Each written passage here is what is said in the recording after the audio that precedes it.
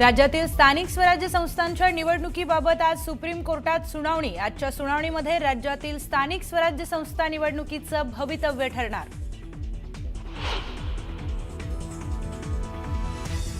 राज आणि उद्धव ठाकरेंच्या भेटीनंतर राजकीय तर्कवितर्क।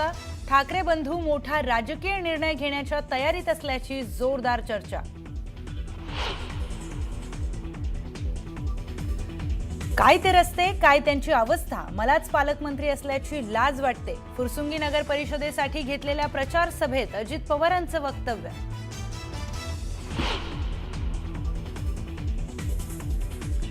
मला 2 तारखेपर्यंत युती टिकवायची आहे, भाजप प्रदेशाध्यक्ष रवींद्र चव्हाणांचं मोठं वक्तव्य। तर पुढेही युती टिकवायची की नाही हेही त्यांनाच विचारा, श्रीकांत शिंदेंचा पलटवार।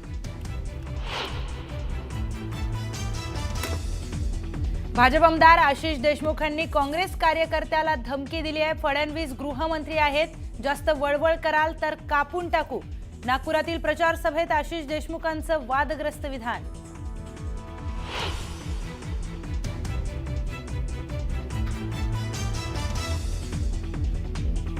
अंजली दमानिया 21 किलो कागदपत्र घेऊन दिल्लीत। आज केंद्रीय गृहमंत्री अमित शहांची भेट घेण्याची शक्यता।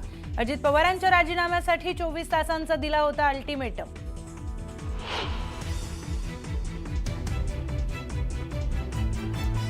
सुनील तटकरेंनी आमच्या युतीत धृतराष्ट्राप्रमाणे मिठाचा खडा टाकला। आमदार महेंद्र दळवींची तटकरेंवर टीका। तर पार्थ पवारांच्या घोटाळ्यामागे सुनील तटकरे हेच सूत्रधार, दळवींचा आरोप।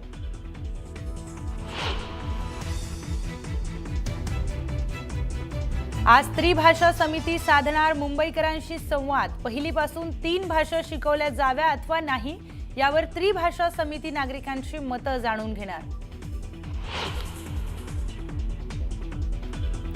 मुंबईतील हवेची गुणवत्ता चिंताजनक पातळीवर। बीएमसी शहरात 3 दिवस डीप क्लिनिंग ड्राईव्ह राबवणार। मुंबईतील प्रमुख 750 किलोमीटर रस्त्यांवरील धूळ कचरा हटवणार, तर काही बांधकामांवर देखील बंदी।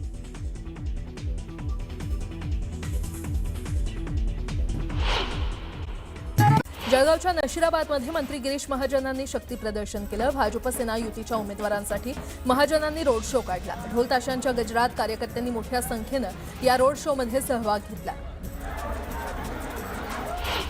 लातूर जिल्ह्यातील अहमदपूर नगर परिषदेच्या निवडणूक प्रचारासाठी आयोजित सभेत काँग्रेस नेते माजी मंत्री आमदार अमित देशमुख यांचा अनोखा अंदाज पाहायला मिळाला। त्यांनी एक गीत गात मतदारांना मौसम बदलण्याचे अर्थात मतरूपी आशीर्वाद काँग्रेस महाआघाडीच्या उमेदवारांच्या पारड्यात टाकण्याचं आवाहन केलं। केंद्रीय मंत्र्यांच्या विरोधामुळे मुक्ताईनगरमध्ये युती होऊ शकली नाही असा आरोप मंत्री गुलाबराव पाटील यांनी केला। यावेळी त्यांनी शेरोशायरी करत केंद्रीय मंत्र्यांना सुनावलं।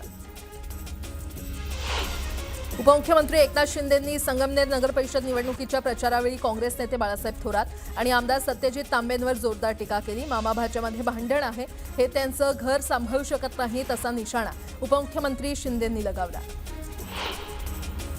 अलिबाग नगरपालिकेमध्ये गेले 20 वर्ष सत्ता गाजवणाऱ्या शेतकरी कामगार पक्षाला शह देण्यासाठी भाजप आणि शिंदे सेना एकत्र आलेत। युतीच्या उमेदवार तनुजा पेरेकर यांनी त्यांच्या विजयाचा विश्वास व्यक्त केलाय। अलिबागमधील डम्पिंग ग्राउंडच्या समस्येवर विशेष लक्ष केंद्रित करत आपण हा प्रश्न मार्गी लावणार असल्याचं आश्वासन त्यांनी दिलंय। काही ठिकाणी महायुतीमधील दोन्ही पक्ष समोरासमोर असले तरी ही रणनीती वरिष्ठांनी विचार करून केलेली आहे। विरोधकांना कोणतीच जागा द्यायची नाही या उद्देशानं महायुतीमधील पक्ष काही ठिकाणी एकमेकांच्या विरोधात उभे राहिलेत असं मंत्री आशिष शेलार यांनी म्हटलंय। अजित पवारांचा राजीनामा मागणं म्हणजे पॉलिटिकल स्टंट असल्याची टीका आमदार सना शेख यांनी केली आहे। निवडणुकीत असे आरोप केले जातात असं शेख यांनी म्हटलं। 17 नागरिकांचा बळी घेणाऱ्या घाटकोपर होर्डिंग दुर्घटनेनंतर 18 महिन्यांनी अखेर मुंबई महापालिकेनं नवं जाहिरात धोरण जाहीर केलं। त्यानुसार इमारतींच्या छतांवर नव्यानं कोणत्याही प्रकारचे होर्डिंग्स लावण्यास परवानगी दिली जाणार नाही। सर्व प्रकारचे जाहिरात फलक होर्डिंग लावण्यासाठी महापालिकेची लेखी परवानगी बंधनकारक करण्यात आली आहे। एसटी महामंडळाला स्वमालकीच्या 8000 नव्या बस खरेदी करण्यासाठी शासनाकडून निधी उपलब्ध होणार आहे। या गाड्यांवर कंत्राटी पद्धतीनं चालक नेमले जाणार आहेत आणि याचा दूरगामी परिणाम या सेवेच्या भवितव्यावर होणार असल्यानं त्याचा फेरविचार करावा अशी मागणी महाराष्ट्र एसटी कर्मचारी काँग्रेसचे सरचिटणीस श्रीरंग बर्गे यांनी केली आहे। वाढत्या हवा प्रदूषणाला आळा घालण्यासाठी मुंबई महापालिकेच्या भरारी पथकानं 53 बांधकामांना काम थांबवण्याची नोटीस बजावली आहे. त्यात जी दक्षिण विभागाच्या सिद्धार्थनगर परिसरातील 17, ई विभागाच्या माझगाव परिसरातील 5, पी उत्तर विभागातील मालाड परिसरातील 31 बांधकामांचा समावेश आहे. बांधकाम स्थळांच्या ठिकाणचं प्रदूषण मोजणारे 117 सेन्सर्स बंद असल्याचं निष्पन्न झालं. राष्ट्रीय आरोग्य अभियानाच्या माध्यमातून आणि टाटा कॅन्सर केअर हॉस्पिटलच्या तांत्रिक सहकार्यानं राज्यात 26 ठिकाणी डे केअर सेंटर सुरू करण्यात येणार आहेत. ग्रामीण भागातील जिल्हा स्तरावर त्यामुळे कॅन्सर रुग्णांवर उपचार करणं सोपं होणार आहे. मुंबई सेंट्रल प्रादेशिक परिवहन कार्यालयामध्ये आता पक्क्या वाहन परवान्याच्या चाचणीवर कॅमेऱ्याचं लक्ष राहणार असून ती आरटीओ इन्स्पेक्टरकडूनच घेण्यात येणार आहे. या संदर्भातील नवीन मार्गदर्शक सूचना प्रशासनाकडून जारी करण्यात आल्या असून चाचणी प्रक्रियेमध्ये चालढकल झाल्यास संबंधित अधिकाऱ्यांवर शिस्तभंगाची कारवाई होणार आहे. देशातील उच्च शिक्षण संस्थांनी विविध अभ्यासक्रमांच्या विद्यार्थ्यांच्या परीक्षा वेळेत घेऊन त्यांना 180 दिवसांच्या आत पदवी प्रमाणपत्र द्यावेत असे निर्देश विद्यापीठ अनुदान आयोगानं देशभरातील उच्च शिक्षण संस्थांना दिलेत. अनेक उच्च शिक्षण संस्थांकडून शैक्षणिक कॅलेंडरचं पालन होत नसल्यानं यूजीसीनं कडक कारवाई करण्याचा इशारा दिला. डॉक्टर गौरी पालवे मृत्यू प्रकरणात गुरुवारी वरळी पोलिसांनी दंडाधिकारी न्यायालयामध्ये खळबळजनक माहिती दिली. मृत गौरी आणि आरोपी पती अनंत गर्जे याच्या शरीरावर जखमा आढळलेल्या आहेत. घटनेपूर्वी दोघांमध्ये झालेल्या संभाषणाचं रेकॉर्डिंग देखील मिळालं असून त्याची तपासणी करून आत्महत्या की हत्या हे स्पष्ट होणार असल्याचं सांगितलंय. डॉक्टर गौरी यांच्या मृत्यू प्रकरणातील आरोपी अनंत गर्जे याची पोलीस कोठडी संपल्यानं त्याला गुरुवारी न्यायालयामध्ये हजर करण्यात आलं. न्यायालयानं त्याची पोलीस कोठडी 2 डिसेंबरपर्यंत वाढवली आहे आणि या प्रकरणात आरोपी करण्यात आलेल्या अनंतच्या दोघा भावंडांचा शोध सुरू असून त्यांना अटक करण्यासाठी अनंत गर्जेची पोलीस कोठडी आवश्यक असल्याचा युक्तिवाद सरकारी वकिलांनी केला होता. पुणे जिल्ह्यामधील खेड तालुक्यातील खरपुडी गावामधील आंबे ओहळ या वस्तीवरील शेतकरी ज्ञानेश्वर तनपुरे यांच्या घरात बिबट्यानं झडप घेतल्याची घटना घडली आहे. शेतकरी तनपुरेंनी प्रसंगावधान राखत आडाओरडा केल्यानं मोठा अनर्थ टळला. मात्र या घटनेनंतर गावात दहशतीचं वातावरण निर्माण झालं असून वनविभागानं ड्रोनच्या सहाय्यानं बिबट्याचा शोध सुरू केलाय.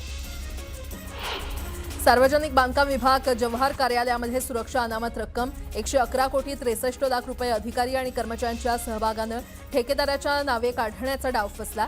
हा चेक ठेकेदाराच्या नावे कुणी दिला, सह्या कुणी केल्या हे अजून अस्पष्ट आहे. पार्थ पवार यांच्या जमीन खरेदी घोटाळ्याच्या संदर्भात कागदपत्र घेऊन अंजली दमानिया दिल्लीत पोहोचल्यात. 2 दिवसात केंद्रीय गृहमंत्री अमित शहांनी वेळ न दिल्यास त्यांच्या घरासमोर कागदपत्र ठेवून मुंबईला परतणार असल्याचं दमानिया यांनी म्हटलंय. त्यानंतर मुंबई उच्च न्यायालयामध्ये याचिका दाखल करणार असल्याचं देखील त्यांनी सांगितलं. आज त्रिभाषा समिती मुंबईकरांशी संवाद साधणार आहे. 3 भाषा पहिलीपासून शिकवल्या जाव्यात किंवा नाही याबाबत त्रिभाषा समिती नागरिकांची मतं जाणून घेणार आहे. MMR रिजनमधील नागरिकांचं म्हणणं ऑनलाईन पद्धतीनं ऐकून त्रिभाषा समिती 3ऱ्या भाषेसंदर्भात धोरण निश्चित करणार आहे. भिवंडी निजामपूर महानगरपालिकेच्या मुख्यालयाच्या इमारतीवरील महानगर या नावातील र ह अक्षर हरवल्यानं महानगरचं महानग झाल्याच्या घटनेला तब्बल 2 महिने होत आले तरी पालिका प्रशासन लक्ष देत नसल्याची बातमी न्यूज 18 लोकमतनं दाखवली होती. न्यूज 18 लोकमतच्या बातमीनंतर पालिका प्रशासनाला जाग आली असून मुख्यालयाच्या फलकावरील महानग हा शब्द दुरुस्त करून महानगर करण्यात आलाय. लाडकी बहीण योजनेवरून आता महायुतीमध्ये श्रेयवादाची लढाई सुरू आहे. लाडकी बहीण ही माझी संकल्पना आहे असं विधान पंकजा मुंडे यांनी केलं होतं. त्यानंतर आता एकनाथ शिंदेंनीही लाडकी बहीण योजनेबाबत भाष्य केलंय. लाडकी बहीण योजनेची घोषणा करणारा हा एकनाथ शिंदेच होता असं एकनाथ शिंदे म्हटले.